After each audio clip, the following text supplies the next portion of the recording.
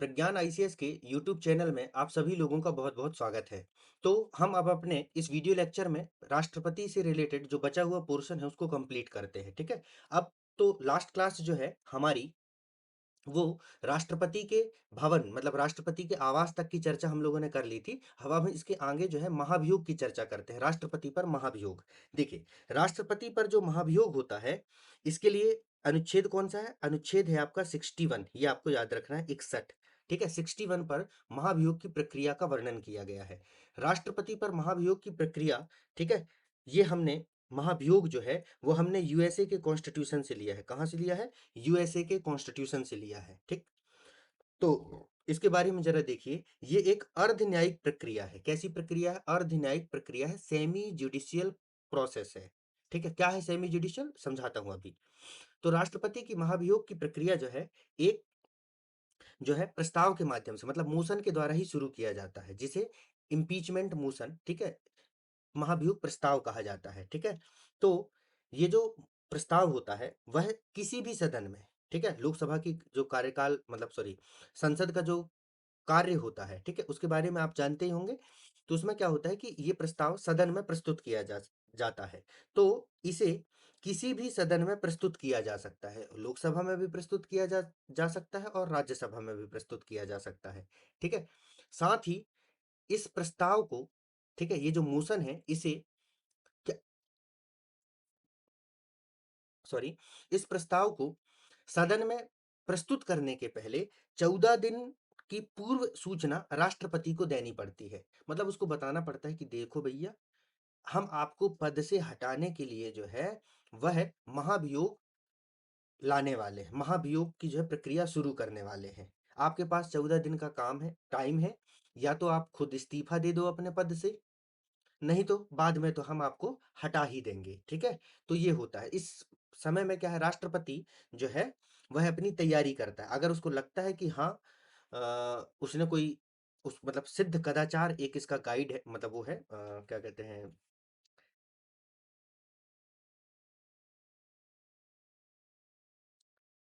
आधार, ठीक है, बेसिस जो है वो है सिद्ध कदाचार, है ना? तो सिद्ध कदाचार के आधार पर ही इनको हटाया जा सकता है। तो अगर उनको लगता है कि हाँ ये साबित हो जाएगा तो इस्तीफा दे देते हैं, है ना? अभी तक भारत के किसी भी राष्ट्रपति पर महाभियोग की प्रक्रिया नहीं लगाई गई है। फिर क्या होता है, दोनों हाउसेस के द्वारा, ये जो सदन है इन दोनों के द्वारा मत दिया जाता है। संसद में यही होता है, एक हाउस मत देगा फिर दूसरा हाउस मत देगा, ठीक है, वोटिंग होगी। तो दोनों हाउसेस में जो वोटिंग होती है तो इनको हटाने के लिए एक विशेष प्रक्रिया का पालन किया जाता है, और साथ ही इसके लिए विशेष बहुमत की आवश्यकता होती है। किसकी आवश्यकता होती है? विशेष बहुमत की। इसे स्पेशल मेजोरिटी कहते हैं। क्या कहते हैं? स्पेशल मेजॉरिटी कहा जाता है, ठीक है? तो इन्हें इनके पद से स्पेशल मेजॉरिटी के द्वारा ही हटाया जाता है। स्पेशल मेजॉरिटी का मतलब ये होता है, ठीक है? स्पेशल मेजॉरिटी का मतलब ये होता है कि उपस्थित सदस्यों का 213, ये साधारण भाषा में यहाँ पर लिख दिया गया है इसको, ठीक है? स्पेशल मेजॉरिटी का मतलब ये होता है उपस्थित तथा, ये एक्चुअली थोड़ा कॉम्प्लेक्स होता है, मैं सरल भाषा में बता दे रहा हूँ आपको। उपस्थित तथा मतदान करने वाले मतदान करने वालों का 2/3 बहुमत, 2/3 जो है बहुमत, ठीक है? इस ये सेकंड कंडीशन है, इसको हम x2 मानेंगे। फिर एक x1 भी होता है। x1 का क्या मतलब होता है? x1 का मतलब ये होता है सदन का कुल बहुमत, सदन का कुल बहुमत, है ना? इसमें 2 चीज़ें होती हैं, इसीलिए इसको विशेष बहुमत कहा जाता है। तो सदन का कुल बहुमत, ठीक है? तो पहला कंडीशन और दूसरा कंडीशन, पहले सदन के कुल बहुमत, मान लीजिए सदन की टोटल स्ट्रेंथ कितनी है? 550 है, तो उसका आधा कर लो, आधे से 1 ज़्यादा। फिर स्पेशल बहुमत, उपस्थित करने वाले तथा मतदान करने वाले, उनका 2/3 बहुमत, और वो जो है मतलब जो x2 है, वो ग्रेटर देन होना चाहिए x1 से, ठीक है? तो इस तरीके से इसको स्पेशल मेजॉरिटी कहा जाता है, विशेष बहुमत। बहुत कठिन होता है इसको प्राप्त करना। संविधान संशोधन करने के लिए भी इसी मेजॉरिटी की जरूरत होती है, ठीक है? 3 तरीके की मेजॉरिटी होती है, साधारण बहुमत, विशेष बहुमत, विशेष प्लस आधे या आधे से अधिक राज्यों का बहुमत। क्लियर है बात? ठीक है? तो ये है, जब ये मोशन जो है अगर पास हो जाता है, ठीक है, इम्पीचमेंट का जो रेजोल्यूशन है वो पास हो जाता है, तो उसके बाद से राष्ट्रपति जो है अपने पद से अपदस्थ हो जाते हैं, मतलब उनकी कुर्सी खाली करवा दी जाती है और उनकी जगह जो है उपराष्ट्रपति अगर हैं तो उनको कार्यवाहक राष्ट्रपति बना दिया जाता है। क्लियर है बात? तो ये है। अब अर्ध न्यायिक प्रक्रिया क्यों है, मैंने आपको बोला था कि मैं आपको बताऊंगा। देखिए क्या होता है, जरा इसको ऐसे समझिए, इसको थोड़ा सा आप प्रोसेस को समझ लीजिए कि होता क्या है इसमें। ठीक है, होता ऐसा है कि मान लीजिए ये आपके सदन है ना, ये सदन है। सदन के ये दो हाउसेस हैं, एक है लोकसभा, एक है राज्यसभा। ठीक है, अब ये जो मोशन है वो यहाँ पर भी लाया जा सकता है, यहाँ पर भी लाया जा सकता है, लेकिन दोनों में एक साथ नहीं लाया जाता, किसी एक में लाया जाएगा। मान लीजिए ऐसा मान के चलते हैं कि ये मोशन लोकसभा में लाया गया। कहाँ लाया गया? लोकसभा में। लोकसभा में जब आएगा तो स्पीकर जो होता है, लोकसभा के अध्यक्ष क्या कहलाते हैं? स्पीकर। अगर इसे एक्सेप्ट कर लेता है, क्या कर लेता है? एक्सेप्ट कर लेता है, तो उसके बाद फिर क्या होगा? इसमें वोटिंग होगी। क्या होगी? वोटिंग होगी। वोटिंग होने के बाद क्या होगा? वोटिंग कैसी होगी? यही 2/3 विशेष बहुमत वाला। ठीक है, विशेष बहुमत वाला वोटिंग होने के बाद ये यहाँ से जो है, जब ये पास कर यहाँ से इसको जो है पास करवा दिया, पास हो जाएगा तो इसको भेज दिया जाएगा राज्यसभा में। कहाँ पर? राज्यसभा में। अब राज्यसभा के पास जाएगा तो राज्यसभा के जो चेयरमैन होंगे, है ना, जो चेयरमैन होंगे वो इसे क्या करेंगे? एक्सेप्ट करेंगे। एक्सेप्ट करने के बाद इनके द्वारा एक इन्वेस्टिगेटिंग कमिटी बनाई जाएगी, एक जांच समिति बनाई जाएगी। क्या बनाई जाएगी? एक जांच समिति बनाई जाएगी। इस जांच समिति, इसके जो चेयरमैन होंगे वो सीजीआई होंगे, chief chief justice of India होंगे। ठीक है, इस जांच समिति के द्वारा जो है वो है राष्ट्रपति पर जो एलिगेशंस लगाए गए हैं उनकी जांच की जाएगी। अगर वो सही पाया जाता है तो यहाँ पर भी वोटिंग होगी, वही विशेष बहुमत के द्वारा, विशिष्ट बहुमत के द्वारा। वो अगर हो जाता है, पास हो जाता है, तो उस दिन से राष्ट्रपति का पद खाली मान लिया जाएगा। एक और महत्वपूर्ण बात आपको याद रखनी है कि राष्ट्रपति को हटाने के लिए केवल एक ही आधार है, वो है सिद्ध कदाचार। क्या है? सिद्ध कदाचार।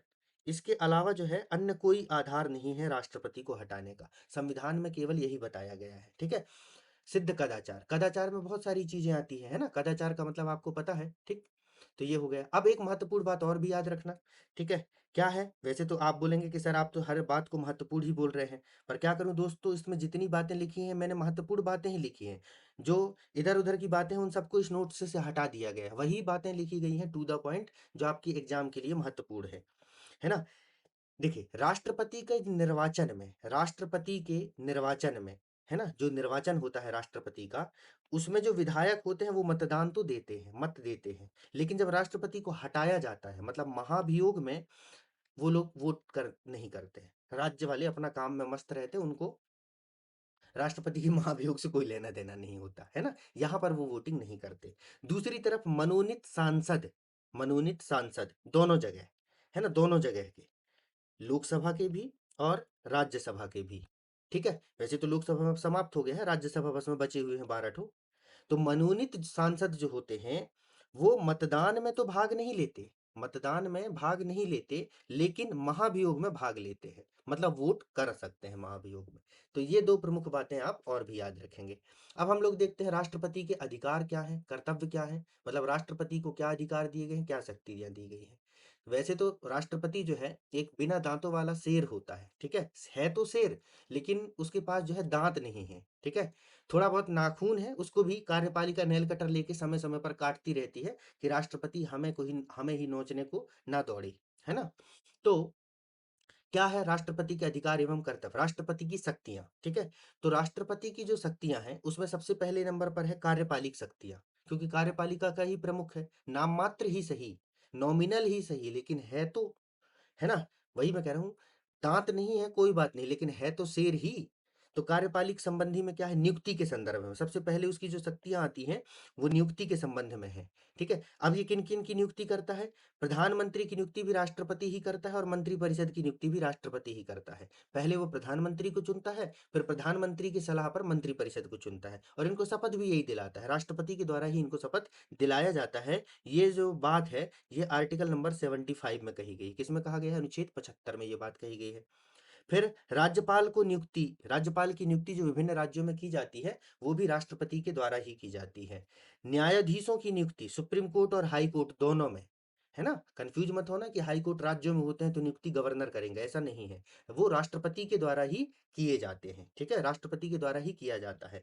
फिर बहुत सारे आयोग हैं जैसे यूपीएससी, इलेक्शन कमीशन, है ना?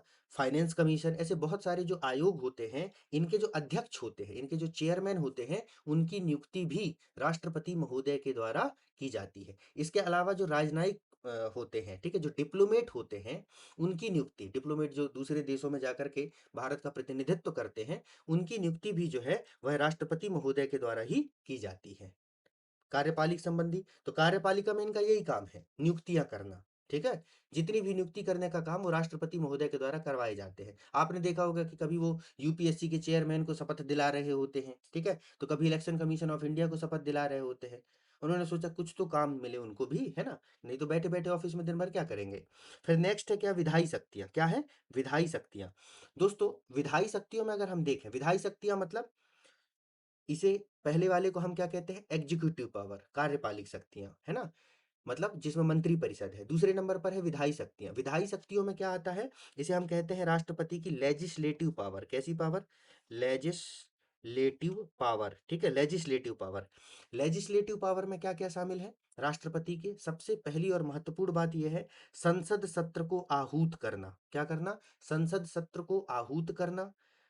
समन दी पार्लियामेंट सेशन, सत्रावसान करना, है ना? मतलब सत्र को समाप्त करना, और लोकसभा को भंग करना।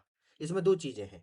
संसद के सत्र को बुलाना, आहूत करना मतलब बुलाना, कि भैया आ जाओ, मानसून सत्र या बजट सत्र शुरू होने वाला है, आओ बैठो, संसद में बहस करो, कुर्सियां फेंको एक दूसरे के ऊपर, खाओ पियो मस्त उधम मचाओ और फिर चले जाओ। फिर सत्रावसान करना मतलब कोई सत्र चल रहा है, मान लो मानसून सत्र है, अब उसको समाप्त करना है, ठीक है? तो उसकी घोषणा भी राष्ट्रपति के द्वारा ही की जाती है। और मान लीजिए लोकसभा को भंग करना है, ठीक है? जैसे चुनाव हुआ, अब नई लोकसभा गठित होगी, तो पुरानी लोकसभा को भंग किया जाता है, या और किसी कारण से, तो उसकी घोषणा भी राष्ट्रपति महोदय के द्वारा ही किया जाता है। क्लियर है? तो ये तीन काम हो गए। इसके बाद संसद के द्वारा जो विधेयक पारित करके भेजे जाते हैं, वो उन पर साइन करने का जो काम होता है वो राष्ट्रपति महोदय का ही होता है। तो संसदीय विधेयकों को स्वीकृति प्रदान करना, assent the bill of parliament, ठीक है? और इवन स्टेट लेजिस्लेचर, तो ये क्या काम करते हैं, संसदीय विधेयकों को स्वीकृति प्रदान करते हैं, ठीक है?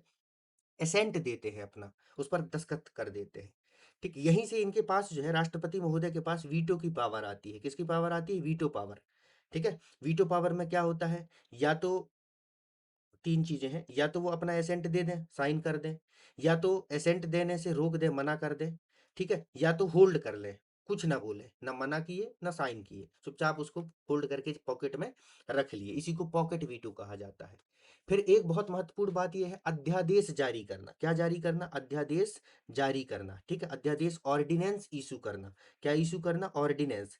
आर्टिकल 123 के तहत, इस अनुच्छेद को आप याद रखिएगा, आर्टिकल 123 के तहत राष्ट्रपति महोदय जो है वह ऑर्डिनेंस इशू कर सकते हैं। क्या इशू कर सकते हैं? ऑर्डिनेंस इशू, अध्यादेश जारी कर सकते हैं। देखिए, अध्यादेश जारी कब किया जाता है, अध्यादेश जारी करने के लिए क्या शर्त है, तो जब लोकसभा या राज्यसभा, ठीक है, जब पार्लियामेंट के दोनों हाउस में से कोई एक हाउस सेशन में ना हो, ठीक है? वैसे तो राज्यसभा परमानेंट है, लेकिन लोकसभा क्या है, टेम्परेरी है। या तो दोनों हाउस सेशन में ना हो, या तो लोकसभा सेशन में ना हो, मतलब सत्र में ना हो, मतलब ये लोग दिल्ली के संसद भवन में बैठ करके अपना काम ना कर रहे हों, ठीक है? तो इसमें हमारे संसद के जो है तीन सत्र होते हैं। सबसे पहला सत्र होता है बजट सत्र, बजट सत्र, उसके बाद होता है आपका मानसून, मानसून के बाद में होता है विंटर, शीतकालीन सत्र। तो ये तीन सत्र होते हैं। मान लीजिए तीनों सत्र नहीं चल रहे हैं, या ऐसी कंडीशन हो गई है कि लोकसभा जो है भंग हो गई है। क्या हो गई है? भंग हो गई है।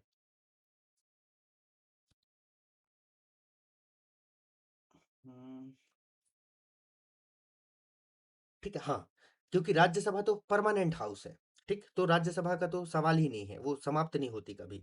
ऐसे कंडीशन में राष्ट्रपति महोदय के द्वारा जो है ऑर्डिनेंस इशू किया जाता है। ये ऑर्डिनेंस जो होता है, वह होता है सब्स्टिट्यूट टू लॉ, मतलब ये एक तरीके से, इसे अगर हम हिंदी में कहें तो ये अ, विधि का विधि का संपूरक होता है। अभी समझने के लिए आप लोग समझ लीजिए, विधि का संपूरक होता है, मतलब इसमें भी उतनी ही शक्ति होती है जितनी शक्ति संसद के द्वारा बनाए गए कानून में होती है। है ना? बस ये है कि इसे विदिन 7.5 मंथ, 7.5 महीने के भीतर जो है इसे पारित करना होता है। 6 महीने मिलेगा आपको किताब में, लेकिन वो टोटल 7.5 महीने होता है। तो विदिन 6 मंथ जो है इसको पारित करना होता है। ठीक है, तो ये हो गई इसकी क्या, विधायी शक्तियां। नेक्स्ट है न्यायिक शक्तियां। अब राष्ट्रपति महोदय हैं, देश के मुखिया हैं, इनके पास सभी प्रकार की शक्तियां हैं। जितने भी देश में जितने भी प्रकार की शक्तियां सरकार के पास है, वो सभी शक्तियां इनके पास है।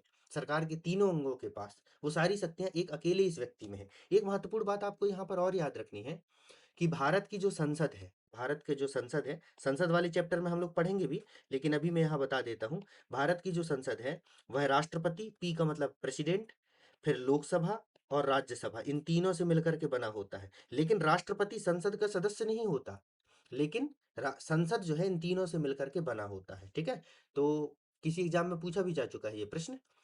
न्यायिक शक्तियां हम दो देखते हैं। तो न्यायिक शक्तियों में क्या है, न्यायिक शक्ति में राष्ट्रपति महोदय के पास जो है वह क्षमादान की शक्ति है। काहे की शक्ति है, क्षमादान की शक्ति है इनके पास जो है। यह लोगों को जो है क्षमादान दे सकते हैं। ठीक, क्षमादान, ठीक, पार्डन कर सकते हैं, है ना, पार्डनिंग पावर कहलाता है ये, पार्डनिंग पावर ऑफ प्रेसिडेंट कहलाता है क्षमादान शक्ति। तो क्षमादान में ये क्या क्या कर सकते हैं, लघुकरण कर सकते हैं, परिहार कर सकते हैं, प्रविलंबन कर सकते हैं। ठीक है, लघुकरण को कहा जाता है कम्यूट करना। ठीक, इनका मतलब जानना अभी यहाँ आवश्यक नहीं है। तो लघुकरण, परिहार और प्रविलंबन, ठीक, इसमें सीधा सा मतलब आप ये समझिए कि राष्ट्रपति महोदय या तो किसी व्यक्ति की सजा को पूर्ण क्षमा कर दे, पूरी तरीके से माफ कर दे उसको, जाओ जा सिमरन जी ले अपनी जिंदगी। ठीक है, या तो सजा को कम कर दें। ठीक है, या किसी परिस्थिति के कारण से जो है सजा के स्वरूप में परिवर्तित कर दें। मान लीजिए जैसे एक गर्भवती महिला को जो है 5 साल की सजा हुई। ठीक है, तो हो सकता है, और साथ में बामुशक्कत हुई, मतलब सशक्त सजा हुई, काम भी करना पड़ेगा जेल में। तो राष्ट्रपति महोदय ये कर सकते हैं कि इसकी सजा को 2 साल कर दें, और सशक्त की जगह जो है इसको बिना काम के कर दें, मतलब सिर्फ जेल में रहेंगी, काम नहीं करना पड़ेगा। तो उसके चरित्र में परिवर्तन कर सकते हैं। ठीक, तो ये हो गई न्यायिक शक्ति है, लघुकरण, परिहार, प्रविलंबन, ये आपको याद रखना है। मतलब राष्ट्रपति के पास क्षमादान की शक्ति होती है। इसके बाद राष्ट्रपति के पास आपातकालीन शक्तियां भी हैं। कैसी शक्ति है, आपातकालीन, इमरजेंसी पावर भी है। इमरजेंसी पावर में क्या क्या चीजें आती हैं, आपातकाल की उद्घोषणा। सबसे पहले तो अनुच्छेद 352 के तहत जो नेशनल इमरजेंसी डिक्लेयर किया जाता है वो प्रेसिडेंट के द्वारा ही किया जाता है। जैसे जब इंदिरा गांधी की सरकार के द्वारा राष्ट्रपति शासन लगाया गया था, तो उसकी उद्घोषणा जो है वह राष्ट्रपति महोदय के द्वारा ही की गई थी। ठीक है, तो आपातकाल की घोषणा। इसके साथ ही राज्यों में राष्ट्रपति शासन जो लगाने का काम होता है वो भी जो है राष्ट्रपति महोदय के द्वारा ही किया जाता है। ठीक है, मतलब घोषणा उसकी राष्ट्रपति महोदय के द्वारा ही की जाती है। अनुच्छेद 356, अनुच्छेद 356 को कहा जाता है राष्ट्रपति शासन, और 352 को कहा जाता है राष्ट्रीय आपातकाल। क्लियर है, तो ये दोनों शक्तियां भी राष्ट्रपति के पास होती हैं। तो राष्ट्रपति की दोस्तों ये महत्वपूर्ण शक्तियां हो गई। इसके अलावा भी राष्ट्रपति के पास और शक्तियां होती हैं। जैसे अगर मैं आपको कहूं तो विवेकाधीन शक्ति भी होती है। कैसी शक्ति होती है, विवेकाधीन, है ना, डिस्क्रिशनरी पावर भी कहते हैं। ठीक है, विवेकाधीन शक्ति। इसका प्रयोग राष्ट्रपति कब करता है, मान लीजिए चुनाव हुआ, क्या हुआ, चुनाव हुआ, चुनाव में क्या हुआ, 6 पार्टियां चुनाव में भाग ली, 6 नेशनल पार्टियां चुनाव, वैसे तो बहुत सारी पार्टियां भाग लेती है, लेकिन 6 मोटे मोटे मान लेते हैं। एक पार्टी है बीजेपी, टोटल सीट कितनी है लोकसभा की, 550, कितनी सीट है, 550। बीजेपी, कांग्रेस, सपा, ठीक है, सपा, फिर आम आदमी पार्टी, ऐसी अलग अलग पार्टियां हुई। इसमें से सरकार गठित करने के लिए जरूरी है कि किसी भी एक पार्टी के पास 276 सीटें मिलनी चाहिए। कितनी मिलनी चाहिए, 276 सीटें मिलनी चाहिए। या तो उस अकेले उस पार्टी को मिल जाए, या उस पार्टी के गठबंधन को मिल जाए। ठीक है, उसके कोएलिशन को मिल जाए, गठबंधन को मिल जाए। जैसे अभी महागठबंधन बनाया गया था ना, इंडी गठबंधन, पिछली बार लोकसभा चुनाव में। लेकिन सपोज करो ऐसा हुआ कि किसी भी पार्टी को पूर्ण बहुमत नहीं मिला, इसको मिल गए मान लो 100 सीट, इसको मिल गए मान लो 100 सीट, इसको मिल गए 50 सीट, इसको मिल गए 20 सीट, ऐसे सबको। अब देखिए इनमें से कोई भी सरकार बनाने के लिए सक्षम नहीं है। तो इसमें से मान लीजिए बीजेपी को 100 की जगह 150 कर देते हैं, तो बीजेपी सबसे बड़ी पार्टी है। कैसी पार्टी है? सबसे बड़ी पार्टी। तो ये राष्ट्रपति के पहले तो ये नॉर्मल है कि वह सबसे बड़ी पार्टी को जो है सरकार गठित करने के लिए आमंत्रित करेगी। लेकिन अगर राष्ट्रपति चाहे तो वो किसी और पार्टी को भी आमंत्रित कर सकती है। ये राष्ट्रपति की विवेकाधीन शक्ति है, ठीक है? तो इसको कहा जाता है कोएलिशन गवर्नमेंट, गठबंधन सरकार में। किसमें? गठबंधन गठबंधन सरकार में राष्ट्रपति की विवेकाधीन शक्तियां जो है वो बढ़ जाती हैं। तो ये राष्ट्रपति की विवेकाधीन शक्तियां हो गई, ठीक।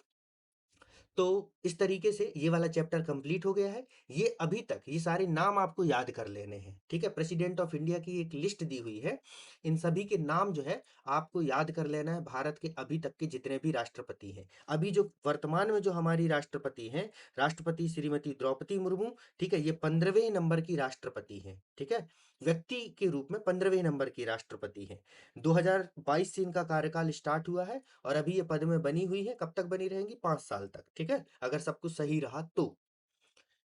अब पहले नंबर पर भारत के प्रथम राष्ट्रपति, स्वतंत्र भारत के प्रथम राष्ट्रपति डॉक्टर राजेंद्र प्रसाद, इनका कार्यकाल दिया हुआ है। दूसरे डॉक्टर सर्वपल्ली राधाकृष्णन, डॉक्टर सर्वपल्ली राधाकृष्णन। उसके बाद में जाकिर हुसैन, डॉक्टर जाकिर हुसैन। फिर श्री वराहगिरी वेंकटगिरी, वीवी गिरी इनको कहते हैं, श्री वराहगिरी वेंकटगिरी, ठीक है?